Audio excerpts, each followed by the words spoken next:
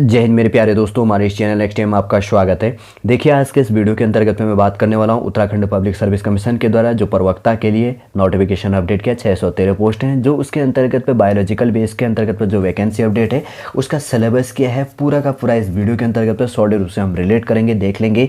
बनिए रहेगा हमारे इस वीडियो के अंतर्गत पे। यदि आप नए हैं, यदि आपके द्वारा हमारे इस चैनल नेक्स्ट टाइम को सब्सक्राइब नहीं किया तो सब्सक्राइब कीजिए, बेल आइकन को प्रेस कीजिएगा ताकि जो भी कंटेंट, जो भी इंफॉर्मेशन हमारे द्वारा आपके लिए प्रोवाइड किया जाता है तो उसका नोटिफिकेशन आपके पास समय पर अवेलेबल हो जाएगा। ठीक है, देखिए सबसे पहले बात करेंगे तो जीव विज्ञान जिसको कहेंगे जूलॉजी। वैसे तो इसमें बायोलॉजिकल बेस होगा क्योंकि 12th बेस का प्रवक्ता के लिए 12th तक होता है। तो जैसे यहाँ पर पादप और जंतुओं की विविधताएं दोनों एक साथ में इंक्लूड हो जाती है। आगे जब आप बीएससी करते हैं तो जूलॉजी और बॉटनी अलग अलग भागों में बढ़ जाता है, लेकिन जो इधर सिलेबस का जो कॉम्बिनेशन है तो उनको ध्यान में लेते हुए आप चलो। ठीक है, पादप और जंतुओं में विविधता जूलॉजी और जूलॉजिकल बेस में और बॉटनिकल बेस के अंतर्गत भी जो विविधताएं हैं वो इंक्लूड किया गया है। सबसे पहले टॉपिक यहाँ पे दिया गया है सूक्ष्म जीवों का सामान्य अवधारणा क्या है, आकृति विज्ञान क्या है, संरचना क्या है, प्रजनन और जीवाणु और विषाणु के जीवन का क्रम, जीवन चक्र क्या है, उससे टॉपिक रिलेट होना है। वी टॉपिक है यहाँ पे कवकों की संरचना क्या है, प्रजनन और जीवन चक्र। फिर उसके बाद में सी टॉपिक है यहाँ पे मिक्सोमाइकोटिना जिसको कहा जाता है, उसके बाद में मैस्टिगोमोकोटिना जिसको कहा जाता है, ओमाइकोटिना जिसको कहा जाता है, उसके बाद में जाइगोमाइकोटिना जिसको कहा जाता है, उसके बाद में कहा जाता है एस्कोमाइकोटिना, और उसके बाद में वेसिडोमाइकोटिना जिसको कहा जाता है, और उसके बाद में ड्यूट्रोमाइकोटिना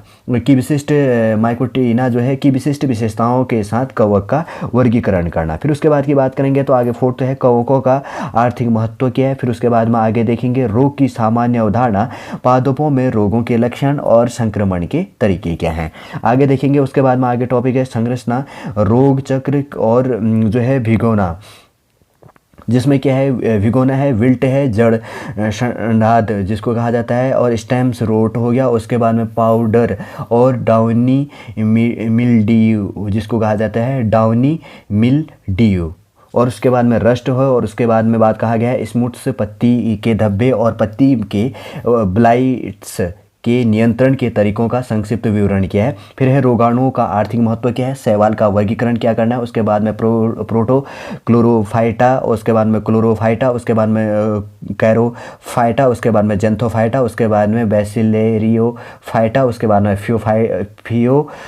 फियोफाइटा, फिर उसके बाद में रोडोफाइटा कहा जाता है, और उसके बाद में साइनोफाइटा की मुख्य विशेषता यहाँ पर कही जाती हैं।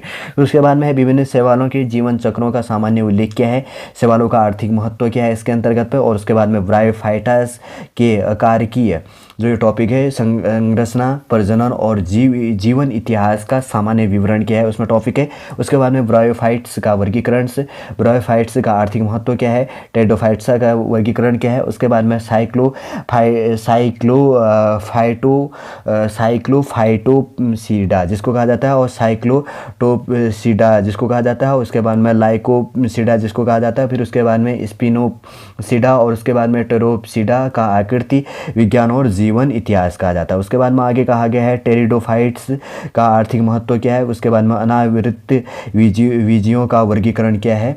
फिर उसके बाद में आगे बात करेंगे यहाँ पर क्या है रेडियो स्पर्मेल्स, और उसके बाद में वेनेटिटेल्स, उसके बाद में है साइकेडेल्स, उसके बाद में गिग कोएल्स, उसके बाद में कोनिफरेल्स, उसके बाद में टेक्सेल्स, उसके बाद में एपिड्रेल्स, फिर उसके बाद में वेलविचिएल्स, और उसके बाद में निटेल्स और की आकृति के विज्ञान और जीवन चक्र। ठीक है ना, वेलविचिएल्स जिसको कहा जाता है, यहाँ पर थोड़ा सा प्रोनाउंसिएशन देख लीजिएगा, और जीवन चक्र जिसको कहा जाता है। फिर उसके बाद में आगे टॉपिक है जिम्नोस्पर्म का आर्थिक महत्व क्या है। फिर उसके बाद में है एंजियोस्पर्म्स के वर्गीकरण महत्वपूर्ण प्रणाली क्या है, वेंथम और हुकर का, और उसके बाद में उसके बाद बात करेंगे तो हचिनसन, और उसके बाद में क्रोनिकिस्ट जिसको कहेंगे। ठीक है, वैसे क्रोनिकिस्ट जिसको कहेंगे ऐसे अगर तोड़ के ऐसे स्टडी करें। फिर उसके बाद में है वर्गीकरण की संरचना क्या चीज़ें हैं, वर्गीकरण की शरीर संरचना, भ्रूण विज्ञान, कोशिकीय विज्ञान, और उसके बाद में फाइटो केमिस्ट्री और पेलेनोलॉजी की भूमिका क्या चीज़ें हैं यहाँ पर इंक्लूड होगा। उसके बाद में है रेनकुलेसी, और उसके बाद में मैग्नोलिएसी और रूटेसी और फेवेसी और रोजेसी और पीबीएसी, और उसके बाद में एस्टरेसी और प्रीमुलेसी, और उसके बाद में कहा गया है एस्क्लेपिडिएसी, उसके बाद में लेमिएसी और वर्बी वर्विनेसी और कॉन्वोल्यूलेसी और एकेंथेसी और उसके बाद में सोलेनेसी कहा जाता है, एमेरेंथेसी कहा जाता है और उसके बाद में यूफोरविएसी और उसके बाद में आर्किडेसी और साइफेरेसी और पोएसी की विभेदीय विशेषताएं एवं उनका आर्थिक महत्व क्या इनमें रिलेट हो जाएगा।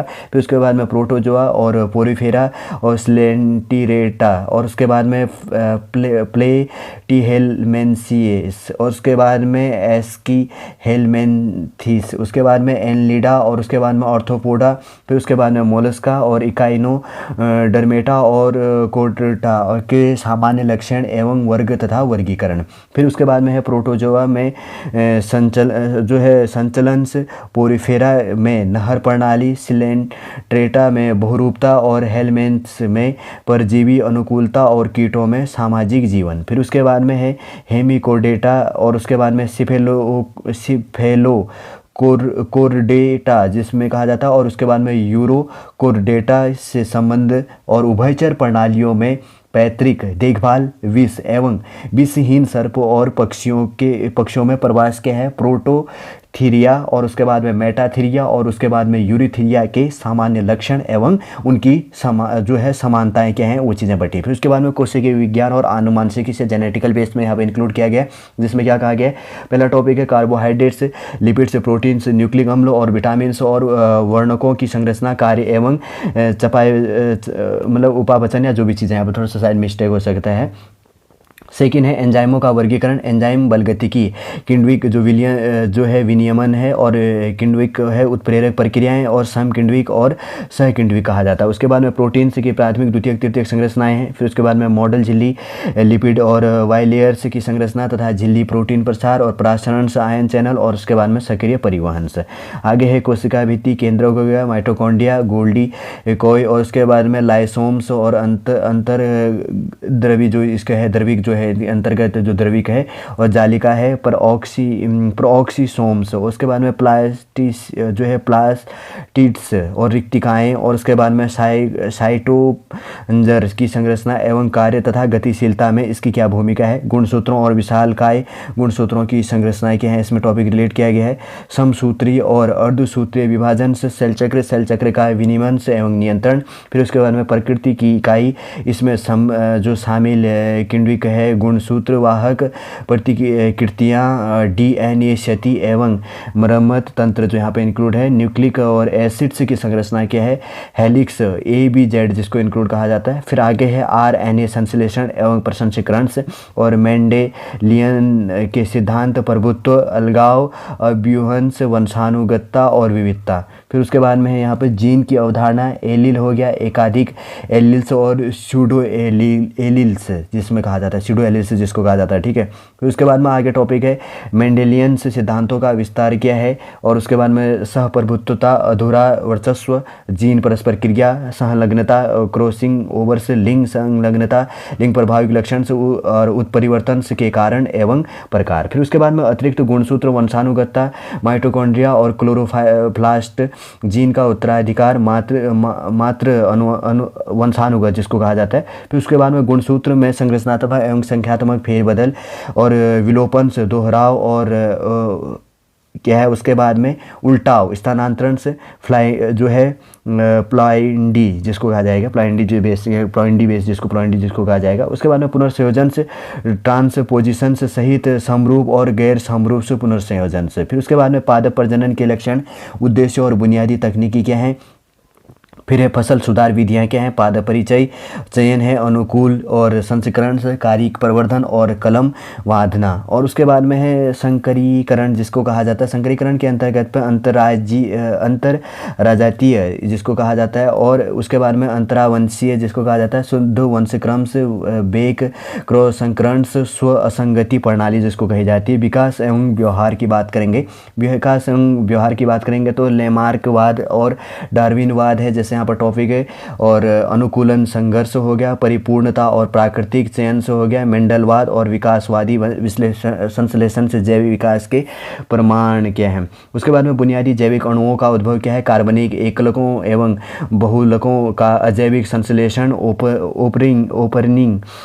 और हल्दने की अवधारणा है, मिलर्स का प्रयोग हो गया 1950। थर्ड है प्रथम कोशिका और प्रोकैरियोट्स का विकास है, यूकैरियोट्स कोशिकाओं का उद्भव से एक कोशिकीय यूकैरियोट्स का विकास और अवायवीय चयापचय उपापचय जिसको कहा जाता है, इसके अंतर्गत पे चयापचय लिखा है यहाँ पर, प्रकाश संश्लेषण तथा वायवीय चयापचय जिसको कहा जाता है, इससे टॉपिक रिलेट होना है। फिर उसके बाद में भूवैज्ञानिक समय मापक क्रम और विकासवादी समय पैमाने की प्रमुख घटनाएं, एक कोशिकीय एवं बहुकोशिकीय जीवधारियों का उद्भव, जंतुओं के प्रमुख समूह, प्रमुख जीवाश्म अभिलेख और घोड़ा, हाथी एवं मानव का विकास। फिर उसके बाद में प्राकृतिक विकास की अवधारणाएं क्या हैं वो यहाँ पर टॉपिक रिलेट है।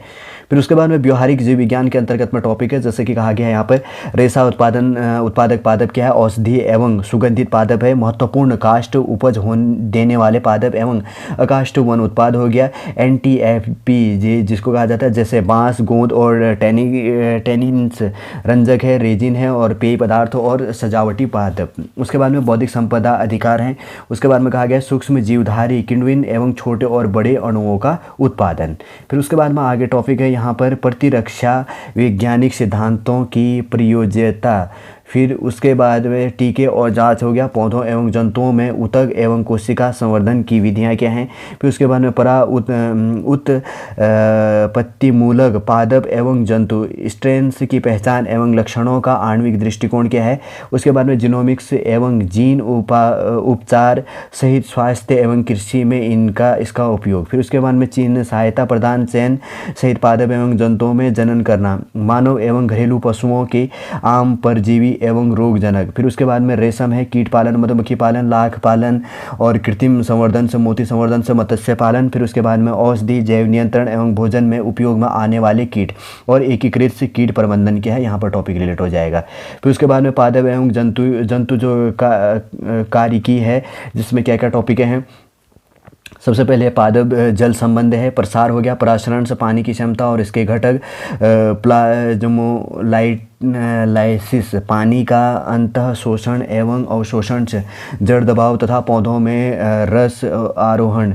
बी टॉपिक है पौधों में जल हानि होना और वाष्पोत्सर्जन तथा उनका महत्व, वाष्पोत्सर्जन को प्रभावित करने वाले कारक, रंध्र खुलने एवं बंद होने की प्रक्रिया। बिंदु राव जो है। उसके बाद में खनिज पोषण की बात करेंगे तो आवश्यक तत्व, दीर्घ एवं सूक्ष्म तत्व, तत्वों की आवश्यकताओं के मानदंड, आवश्यक तत्वों की भूमिका, खनिजों की कमी के लक्षण, कोशिका झिल्ली के आर पार आयनों का परिवहन से सक्रिय एवं निष्क्रिय परिवहन। फिर उसके बाद में पौधों में प्रकाश संश्लेषण की बात करेंगे तो यहाँ पर इंक्लूड किया गया है अवायवीय एवं वायवीय, मतलब वायु बेस के अंतर्गत पे और बिना उसके, और श्वसन संबंधी और ग्लाइकोलाइसिस और क्रेब्स चक्र जिसको कहा जाता है, साइट्रिक्स अम्ल चक्र कहा गया, ऑक्सीकरणीय फॉस्फोराइलेशंस और इलेक्ट्रॉन्स परिवहन से प्रणाली और किण्विन्स RQ कहा जाता है। फिर उसके बाद में नाइट्रोजन निर्धारण से नाइट्रोजन और अमोनियम से सम्मिलित एमिनो अम्लों का जैविक संश्लेषण से। फिर है पादप वृद्धि नियंत्रण, ऑक्सीजन से और जिबेरिलियंस और साइटोकिनिन्स और एथाइलिन्स और एब्सिसिक बेस के अंतर्गत जो अम्ल होता है, और पॉलीएमाइन्स और उसके बाद में जेस्मोनिक्स अम्ल और हार्मोन्स और अभिग्राही एवं विटामिन्स की कार्यकी प्रभाव एवं क्रियाविधि इसमें रिलेट होगा।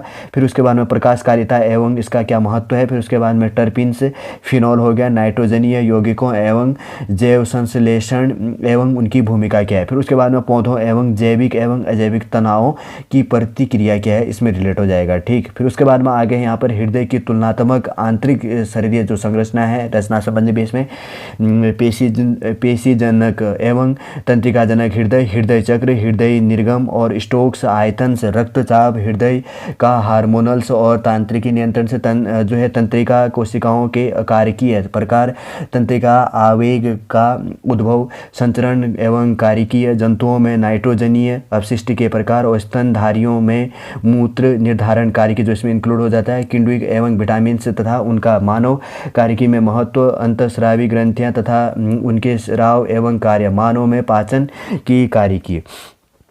उसके बाद में पारिस्थितिकी की बात करेंगे तो पारिस्थितिक तंत्र के प्रकार, संरचना और कार्य हो गया। जलीय और स्थलीय प्रकार कहलाता है, ऊर्जा प्रवाह कहलाता है, एवं पोषक, खाद्य चक्रण, एनपीसीओ, खाद्य श्रृंखला, खाद्य जाल और पारिस्थितिकी पिरामिड से। जनसंख्या पारिस्थितिकी लक्षण, जनसंख्या वृद्धि वक्र, जनसंख्या विनियमन और डीम्स एवं प्रसार जिसको कहा जाता है। फिर उसके बाद में समुदाय पारिस्थितिकी के अंतर्गत पर जो इंक्लूड होता है, संरचना का संगठन क्या है, विशेषताएं क्या है, नाम पद्धति क्या है। फिर उसके बाद में पारिस्थितिकी अनुक्रमण के अंतर्गत पर प्रकार, क्रियावली, अनुक्रमण में शामिल परिवर्तन क्या है। फिर उसके बाद में पर्यावरणीय प्रदूषण, वायु, जल, ध्वनि, नाभिकीय स्रोत प्रभाव और उसका अल्पीयकरण जो चीज़ें होती हैं। फिर उसके बाद में जैव विविधता के अंतर्गत तो आनुवांशिक और प्रजातीय तथा पारिस्थितिकी तंत्र, जैव विविधता का मूल और जैव विविधता में ह्रास के कारण तथा उनका संरक्षण क्या है, अंतस्थ तथा ससंगत संरक्षण से टॉपिक यहाँ पर रिलेट होगा।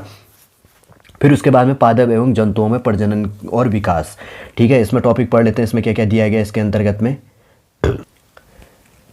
पादप और जंतुओं के प्रजनन के विकास के अंदर की टॉपिक की बात करेंगे, जो इसमें है परागण हो गया, निषेचन और भ्रूण पोष का विकास और पौधों में भ्रूण का विकास और बीज गठन क्या है, बीजांड की संरचना और गुरु बीजाणु जनन का विकास एवं भ्रूण कोष का संगठन से, युग्मनन, निषेचन और एवं मेढक जो है चूजों और स्तनधारियों में आरंभिक विकास है,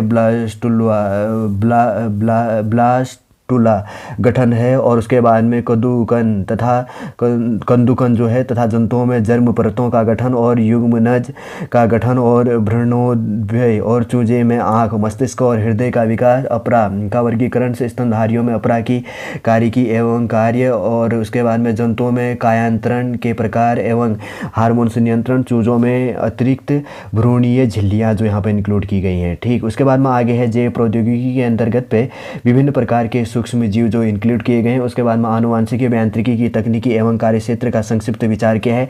और उसके बाद में जीन प्रतिरूपण की बात करेंगे तो संकल्पना एवं बुनियादी कदम, आनुवांशिक यांत्रिकी के उपयोग के परिप्रेक्ष्य में ई हो गया कोलाई तथा जीवाणु भोजी का आनुवांशिक विकास में जीवाणुओं एवं विषाणुओं का उपयोग। उसके बाद में पादप कोशिका ऊतक और अंग संवर्धन से ऊतक संवर्धन की तकनीक और जन द्रव्य का संग्रहण एवं भंडारण, निम्नता परिरक्षण हो गया, पादप ऊतक संवर्धन का उपयोग और ट्रांसजेनिक पौधे जो यहाँ पे इंक्लूड होते हैं। फिर उसके बाद में की बात करेंगे तो खेतों में जैव उर्वरक एवं जैविक नियंत्रण से, आनुवांशिक रूप से रूपांतरित खाद्य फसलों, नैनो जैव प्रौद्योगिकी, पीसीआर और आरटीपीसीआर और जीन लाइब्रेरी और जीन बैंक की प्रारंभिक जानकारी। उसके बाद में आणविक चिन्हों के प्रकार एवं उनकी भूमिका क्या है। जीव विज्ञान में विधियाँ क्या चीज़ें इंक्लूड की गई हैं। आणविक जीव विज्ञान और पुनः संयोजन डीएनए विधि क्या चीज़ें हैं।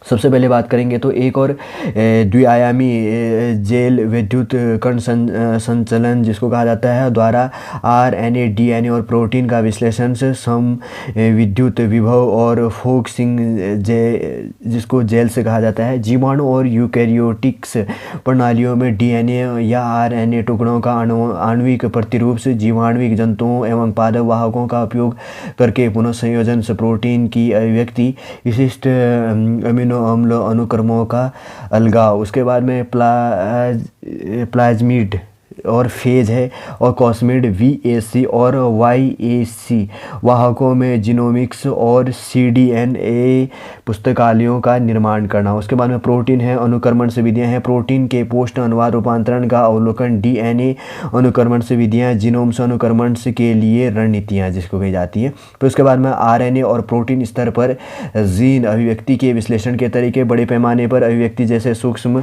सारणी आधारित तकनीकी, कार्बोहाइड्रेट एवं लिपिड्स अणुओं का अलगाव, पृथक्करण एवं विश्लेषण से RFLP और RAPD और AFLP तकनीकें क्या है यहाँ पे इंक्लूड किया गया।